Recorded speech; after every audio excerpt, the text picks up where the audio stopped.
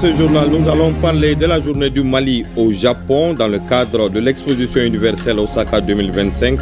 Une journée lancée par le Premier ministre qui vise à dévoiler le potentiel économique et culturel de notre pays. Les précisions avec nos envoyés spéciaux dès le début de cette édition.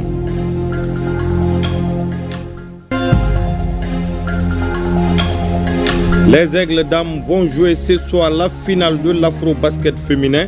En demi-finale, nos basketteuses ont été sans pitié du Soudan du Sud, battues 76-50. Le compte rendu de la rencontre et les enjeux de la finale avec nos envoyés spéciaux. Très heureux de vous retrouver, mesdames et messieurs, bonjour et bienvenue aux informations. Visite du Premier ministre, chef du gouvernement à Osaka, au Japon. Le journal de division Abdoulaye Maïga a lancé la journée nationale de la République du Mali. Cette journée dédiée au Mali économique et culturel s'inscrit dans le cadre des activités de l'exposition universelle Osaka 2025. Une exposition placée sous le thème « Concevoir la société du futur, imaginer nos vies de demain ». Plus de 150 pays prennent part à l'expo. Les précisions avec nos envoyés spéciaux à Osaka, Mamari Kone et Aliou Touri.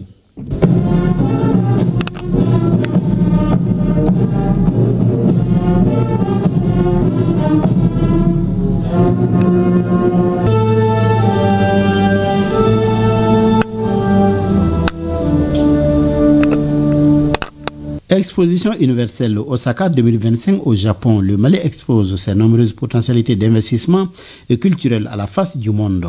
La levée des drapeaux du Mali et du Japon avec l'exécution des hymnes nationaux des deux pays marque le lancement de la journée nationale de la République du Mali à Osaka. Et c'est le commissaire général de l'Expo universelle Osaka 2025 qui donne le ton. Depuis son indépendance en 1960, le Japon et Mali entretiennent des relations amicales de longue date. Par ailleurs, des échanges culturels et humains se multiplient entre les deux pays. Nous formulons le vœu que cette célébration permette au peuple japonais de découvrir le Mali. Pour le Premier ministre qui représente le chef de l'État à cette journée, le Mali est une destination sûre et propice aux affaires. Un pays qui exerce sa souveraineté sur ses ressources naturelles stratégiques avec un code des investissements et un code minier les plus attrayants.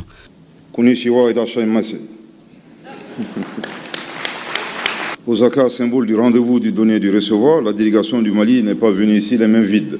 Dans nos stands, vous avez eu l'opportunité de vous rendre compte de la qualité des produits locaux made in Mali, d'apprécier le dynamisme et la disponibilité de nos opérateurs économiques à monter des projets structurants et à s'engager dans la création de joint ventures avec leurs homologues du Japon et d'ailleurs. Je voudrais inviter le ministre de l'Industrie et du Commerce à organiser la deuxième édition du Business Forum Mali-Japon à Bamako. Le Premier ministre a salué la tenue du premier Business Forum Mali-Japon, un cadre qui permet de donner des informations de première main sur le Mali.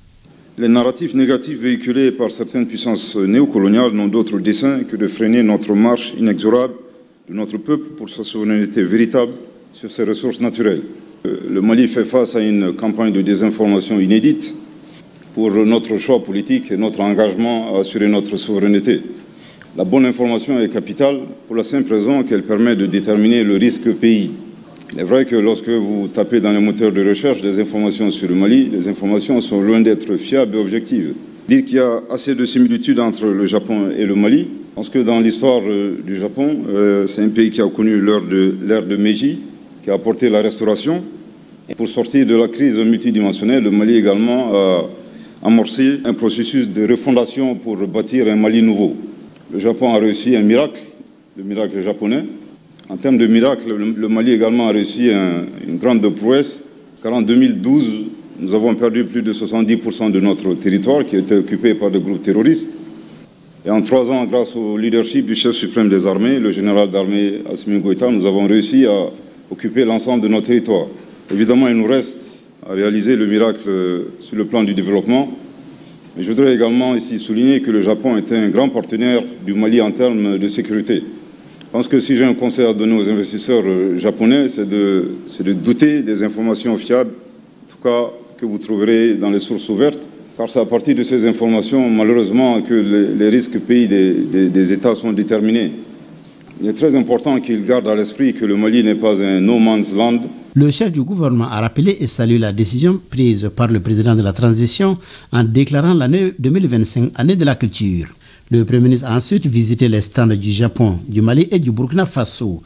Notre pays a ouvert un stand institutionnel animé par la CMDT et un bazar commercial avec 17 artisans. Mais c'était un honneur de voir nos artisans en joie, qui ont pu vraiment exposer leur savoir-faire et leur créativité. Et non seulement ça a été un moment de promotion pour leur art, mais pour le Mali entier, mais aussi les artistes du Mali qui sont venus en nombre aujourd'hui pour célébrer la nuit du Mali. C'était un grand moment de communion avec le peuple japonais. Nous avons vu des artistes, des jeunes artistes japonais qui ont joué au tam-tam pour apprendre des Maliens, et les Maliens ont joué ensemble. C'était une fusion entre les deux peuples, c'était un moment d'histoire. L'autre temps fort de la participation de notre pays à l'Expo universelle Osaka 2025 est la nuit du Mali. Les enfants de la ville d'Ouro ont exprimé leur attachement au Mali à travers des prestations.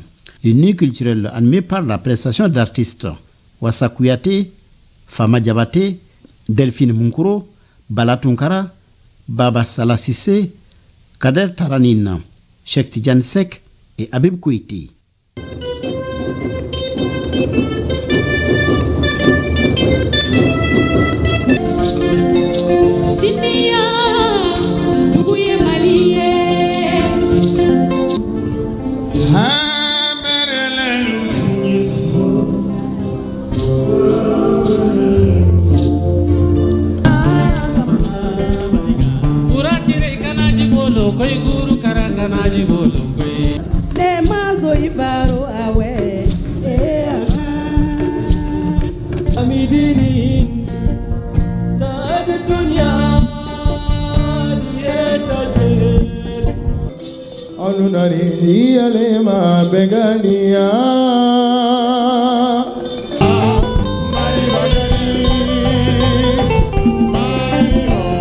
Des prestations appréciées par l'assistance. Le commissaire général de l'Expo a offert un dîner à la délégation malienne. Des échanges de cadeaux ont mis fin à la cérémonie. Voilà, le Mali magnifié à l'Expo Osaka 2025 à travers son dynamisme économique et sa richesse culturelle. Le 1er août, les Béninois vivant au Mali se sont rassemblés pour célébrer le 65e anniversaire de l'indépendance de leur pays. Cet événement, qui commémore la libération du Bénin du colonialisme, a permis à la diaspora de se retrouver, de célébrer leur identité et leur culture. À cette occasion, la communauté béninoise a fait don de plus de 3 millions de francs CFA en soutien à l'armée malienne. Les explications avec Moussa Kamara. La célébration de l'indépendance du Bénin est un moment fort pour les Béninois où qu'ils se trouvent dans le monde. Lors de cette fête, la communauté béninoise a exprimé sa solidarité en soutenant le Mali dans sa lutte contre le terrorisme. Cette contribution est le fruit d'une cotisation volontaire et spontanée de nos compatriotes vivant ici au Mali. Elle traduit notre compassion, notre soutien et notre engagement, aussi modeste soit-il, aux côtés du peuple malien dans sa lutte courageuse contre le terrorisme et pour la souveraineté totale du pays. Le Mali est aujourd'hui en première ligne dans la lutte contre le terrorisme. Sa stabilité est un enjeu majeur pour toute la sous-région. Le peuple béninois en est pleinement conscient et reste mobilisé aux côtés de ses frères et sœurs maliens pour la paix et la sécurité dans notre espace commun. Le parrain de cette fête, Mamadou Goïta, n'a pas caché sa satisfaction face à l'engagement de la communauté béninoise en terre malienne. Un esprit de soulagement, un honneur à ma modeste personne de parrainer le 65e anniversaire du Bénin au Mali. Aujourd'hui, Tupac Transport est en train de relier nos différents pays à travers le transport. Plus de 3000 Béninois ont soutenu l'armée malienne. Je voudrais, au nom des plus hautes autorités de la transition, exprimer notre profonde reconnaissance pour l'initiative que vous avez prise à travers cette remise symbolique d'une contribution destinée à soutenir les efforts du Mali de lutte contre le terrorisme. La célébration du 65e anniversaire de l'indépendance du Bénin a été enrichie par des performances des groupes folkloriques du Bénin et du Mali, illustrant ainsi la richesse et la diversité culturelle africaine. Des couples unis depuis des années viennent d'officialiser leur union, ceci grâce au conseil communal de Sangaré-Bougou qui a organisé un mariage collectif gratuit pour ces couples. Cette initiative des autorités communales entre dans le cadre des festivités du 31 juillet, la journée panafricaine des femmes. Le point avec Awa Traoré. «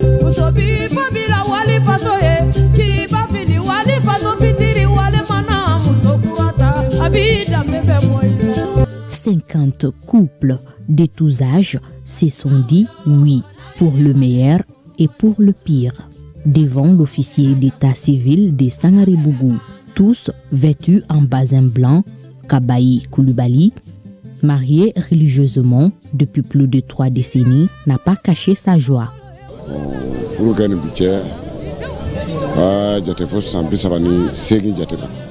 Je suis très ému aujourd'hui. Ma femme et moi sommes ensemble depuis plus de 30 ans. Il y a eu des hauts et des bas, mais nous avons tenu le coup. Ce mariage civil facilitera beaucoup de choses pour nous, notamment les démarches administratives. J'encourage tout le monde à faire le mariage civil. Notre union est scellée depuis plus de 20 ans. Je suis vraiment content aujourd'hui de venir devant les maires pour officialiser notre relation. Permettre aux couples d'officialiser leur union afin de bénéficier de plusieurs avantages est la volonté manifeste des autorités communales de Sangaré-Bougou. Cette action s'inscrit dans la mouvance de la célébration de la journée panafricaine de la femme. Nous avons organisé ce mariage collectif gratuit ce jeudi 31 juillet pour célébrer la femme que nous sommes. Nous savons tous que le mariage civil donne des avantages sociaux, surtout pour la femme. Les frais que les couples doivent payer habituellement à la mairie ont été pris en charge par des partenaires. Cela afin de soulager les mariés. Le mariage civil de 50 couples, c'est fort appréciable parce qu'ils étaient là, ils avaient des difficultés à se procurer vraiment des dossiers administratifs pour leur mariage. Si le mariage est l'union de 2 personnes de sexes différents, cependant, le mariage civil est différent du mariage religieux, mais ne l'exclut pas. Ce mariage constitue l'union officielle devant la loi. Il permet la couverture sociale. Heureux ménage donc à ces différents couples. À Sikasso, 108 tonnes de produits avariés ont été saisis entre 2022 et 2025 par plusieurs directions régionales, dont celle du commerce et de la concurrence. La valeur de ces saisies est de plus de 300 millions de francs CFA. L'objectif de cette opération est de rappeler aux commerçants la rigueur des contrôles et la détermination de l'État à lutter contre les circuits parallèles de distribution. Les précisions avec Yoruba Diabaté et Taourou Konati. C'est une opération conjointe menée par les services techniques qui a abouti à la destruction par incinération de 108 tonnes de produits de diverses natures déclarés impropres à la consommation. Cette action de salubrité publique, fruit d'une synergie entre la direction régionale du commerce et de la concurrence et plusieurs autres directions régionales, vise à assainir le marché local et préserver la santé de la population. On est là pour détruire ces produits qui sont derrière nous aujourd'hui, pour assainir le marché local et protéger la population. Je lance aussi un appel aux opérateurs économiques et aux commerçants de faire preuve de responsabilité et de respecter la réglementation en vigueur et de contribuer à lutter contre la fraude, la contrefaçon et la mise en circulation de ces produits dans les marchés. Très satisfait parce qu'en réalité, ce travail, bon nombre de populations pensaient que si on prenait ces produits, ils ne savaient pas qu'est-ce qu'on peut faire de ces produits.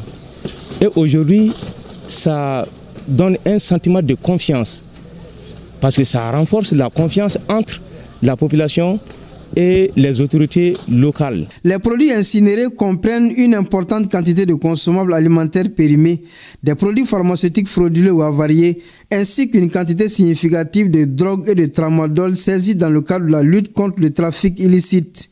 L'ensemble des produits détruits saisis entre 2022 et 2025 est estimé à une valeur marchande de 314 546 256 francs CFA. Nous sommes vraiment contents par rapport à la destruction de ces produits prohibés et avariés. Parce que ces produits-là nuisent beaucoup à la santé de la population et ça nuit aussi à l'économie. Nous ne pouvons que nous réjouir de cette destruction. À travers cette action, Sikasso envoie un signal fort. La protection des consommateurs et la préservation de la santé publique demeurent une priorité pour les autorités régionales. Voilà une bonne chose de faite. Le parrain du mois de juillet de l'année de la culture boucle ses activités par une conférence débat sur le Borolan au Conservatoire des arts et métiers multimédia à Balafasségué Kouyaté. Le thème est retenu est le Borolan d'hier au Borolan d'aujourd'hui. L'initiative a permis aux étudiants et corps professoral du dit établissement de mieux comprendre l'évolution technique de cet art du Borolan. Les précisions avec Mariam Koulibaly. Membre fondateur du prestigieux groupe Kassoubani et ardent promoteur du centre Ndomo de Ségou, Boubacar Doumbia, parrain de l'édition du mois de juillet dédiée à l'année de la culture, se distingue par sa profonde maîtrise de l'art du Borolan. Loin d'une simple expression vestimentaire ou décorative, le Borolan est un véritable vecteur d'expression culturelle. Le Borolan, c'est une technique qui est propre aux femmes. Dans le temps, les femmes ont créé des symboles. Il y a 27 symboles qui ont été créés par les femmes. Et les femmes ont utilisé ces symboles pour faire une véritable dissertation littéraire. Et lorsque le tissu est porté dans le temps, tout le monde comprenait ce message et ça permettait à tout le monde de se comporter convenablement, non seulement dans la société, mais également au sein de la famille. Le conférencier du jour déploie devant un auditoire attentif les subtilités de l'évolution de cet art ancestral dont les racines plongent dans la culture bambara. Il met l'accent sur les symboles, la richesse des couleurs et l'intégration des matériaux contemporains dans un procédé qui, tout en restant fidèle à ses origines, s'enrichit et se métamorphose au fil du temps. Moi, je vois les signes, je ne savais pas leur signification juste, mais après avoir écouté, donc j'ai vraiment apprécié l'explication des signes, aussi les couleurs, comment obtenir les différentes couleurs là. En utilisant les arbres, voilà, comme il a si bien dit. Le Borolan était une technique ésotérique, mais qui s'est démocratisée avec le temps. Donc il était en train d'expliquer aux étudiants et aux enseignants cette évolution de la technique du Borolan. La parole du conférencier résonne comme un éclairage précieux pour les étudiants tels que Dunanké Dambélé qui, émergé dans les arcanes de cet art millénaire, se voit offrir une clé de lecture nouvelle sur cette pratique. Ainsi, le Borolan, loin de n'être qu'un simple artisanat, demeure un témoignage vibrant de la richesse et de la diversité d'une culture en perpétuelle évolution. Ouverture des activités de la phase locale de la Biennale artistique et culturelle du Cercle de Sibi. Participent à cette phase préparatoire les communes de Sibi, Bangoumana, Nyuma, Makana et Sobra. L'événement mobilise l'ensemble des forces vives de la localité. Retrouvons Mariam Koulibaly et Adaman Kamara de retour de Sibi. Sibi, ville historique dotée d'une tradition millénaire et de culture vivante, accueille la phase locale de la Biennale artistique et culturelle avec un esprit de promotion de la riche culture d'Imandi. Le tout se passe dans un esprit de fraternité et de vivre ensemble. Cette cérémonie constitue un espace local de donner et de recevoir. Elle favorise l'émergence d'une culture de paix, de citoyenneté et de cohésion sociale et d'unité. L'édition 2025 de la Biennale artistique et culturelle se tient dans un contexte particulier marquée par un besoin d'urgence, de cohésion sociale, de paix durable et de renouveau patriotique. La rencontre de 2 jours enregistre la participation de l'ensemble des 4 communes du tout nouveau cercle de Sibi, à savoir Sibi, Bankoumana, Nyuma Makana et Sobra. Les différentes troupes vont se mesurer dans 5 disciplines qui sont l'ensemble instrumental traditionnel, le solo de chant, la pièce de théâtre, la musique d'orchestre et la danse traditionnelle. C'est appréciable, c'est bien. C'est des choses que ça fait longtemps qu'on n'a pas vu, même à la télé qu'on ne voit pas. Donc ça fait beaucoup plaisir. Sibi est prêt pour la biennale, c'est une très bonne initiative. Mon numéro sur la danse traditionnelle, je sais qu'il n'y a pas de... Cette phase locale sera bouclée par le choix des 3 meilleures troupes qui seront préparées davantage pour la phase régionale de Koulikoro. En attendant de connaître les meilleures troupes de la phase locale de la Biennale de Sibi, ceux de Markala et Nyoro sont déjà connus dans les 2 localités. Ce sont les troupes des chefs-lieux de la localité qui sont arrivés en tête. Le point de la cérémonie de clôture avec Amidou Diallo à Markala et Moussa Diakité de Nyoro. Au total, elles sont 6 communes à prendre part à cette compétition de la Biennale artistique et culturelle phase locale du cercle de Markala. Il s'agit des communes de Markala, Dougabougou, Sansandeng, Togo, Boussin et Sibila. C'est une phase préparatoire de la Biennale qui va se dérouler à Tombouctou.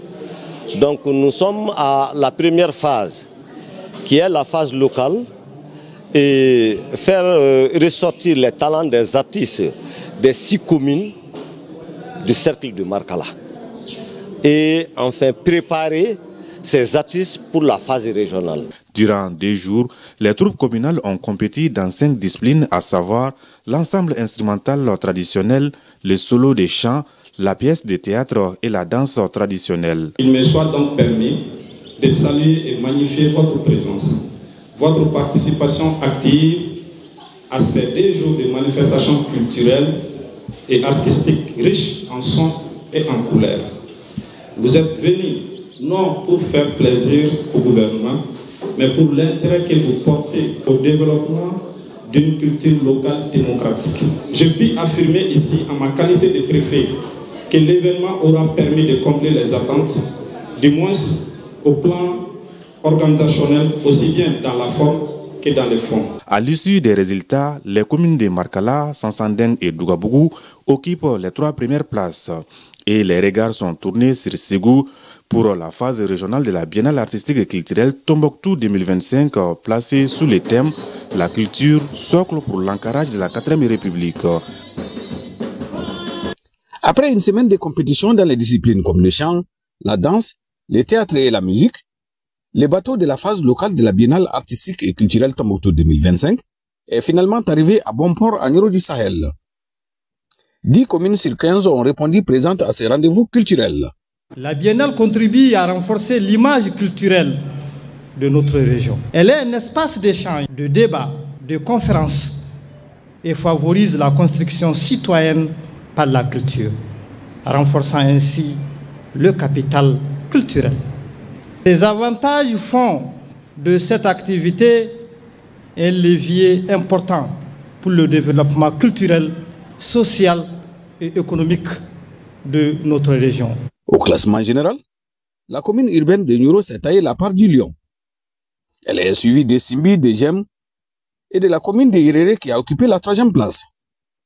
Les différentes prestations ainsi sélectionnées serviront de base pour les préparatifs de la phase régionale. Les attentes ont été comblées. Je félicite les troupes des différentes communes pour leur participation de qualité, les forces de défense et de sécurité pour la sécurisation de la rencontre. Mes vives félicitations aux candidats des troupes des différentes disciplines choisies pour la phase régionale. Également les membres de la commission locale d'organisation. Je vous le disais dans les titres, les Aigles Dames vont jouer ce soir la finale de l'Afro-Basket féminin. Elles vont affronter les Nigérianes en demi-finale. Déjà, nos basketteuses ont été sans pitié du Soudan du Sud, battues 76-50. Le compte rendu avec nos envoyés spéciaux Koudi Sibi et Aboubakar Traoré. Retrouvailles entre Maliennes et Sud-Soudanaises après une première rencontre de phase de poule. Cette fois-ci, c'est un match coupé. Les Aigles Dames déjà avertis corsent d'entrer la défense et ont la main en attaque. Encore une fois, le banc est au rendez-vous et Sirache nous fait des merveilles à 3,75 m. Nos basketteurs se payent un bonus de 21 points au premier quart, 29-8. Les protégés du coach Oumarou Sidia attendaient vraiment de pied ferme les Sud-Soudanaises. Elles le manifestent en coupant court à toute velléité offensive de leur adversaire. Redoutable dans toutes les statistiques, rebonds, interceptions et adresses offensives, elle écrase littéralement les anglophones qui ne tiennent qu'à quelques éclaircies de leur meneuse Washington. L'écart passe à 31 points à la mi-temps. Les Sud-Soudanaises ont beau vouloir sortir la tête de l'eau, les nôtres ne lâchaient rien en défense et la rotation offensive prenait le dessus sur la défense des zones du Soudan du Sud. Avec plus 34, les Aigles basketteuses avaient tué tout suspense. La dernière partie sera une affaire de gestion intelligente des efforts puisque les anglophones n'avaient pas les moyens de réagir. Score final 76-50. Je félicite l'équipe, tout l'encadrement et les équipières. On a joué en équipe depuis le début du match. On a montré notre force qui est la défense et on a gagné, voilà. On vous a senti revanchard? Oui, pour le premier match, on ne s'était pas bien montré. Parce qu'on ne sait pas ce qui est arrivé, mais elle nous a un peu surprise. Donc on a montré notre vrai basket et on a gagné. La finale, c'est contre le Nigeria? Ouais, c'est ça. Bah, on va se remettre dans les troupes, on va se reconcentrer et on va jouer la finale comme si c'était un premier match. Et on va la gagner, Inch'Allah. Les Aigles Dames ont vraiment sorti le grand jeu ce samedi. À ce rythme, elles ont toutes leurs chances ce dimanche en finale contre le Nigeria. En tout cas, on souhaite une très bonne chance aux Aigles Dames basketteuses. C'est la fin de ce journal. Merci de l'avoir suivi. Prochain rendez-vous avec l'information, c'est à 20h et ce sera avec Awadit Ma Kamara. En attendant, passez d'excellents moments en compagnie des programmes de ORTM1.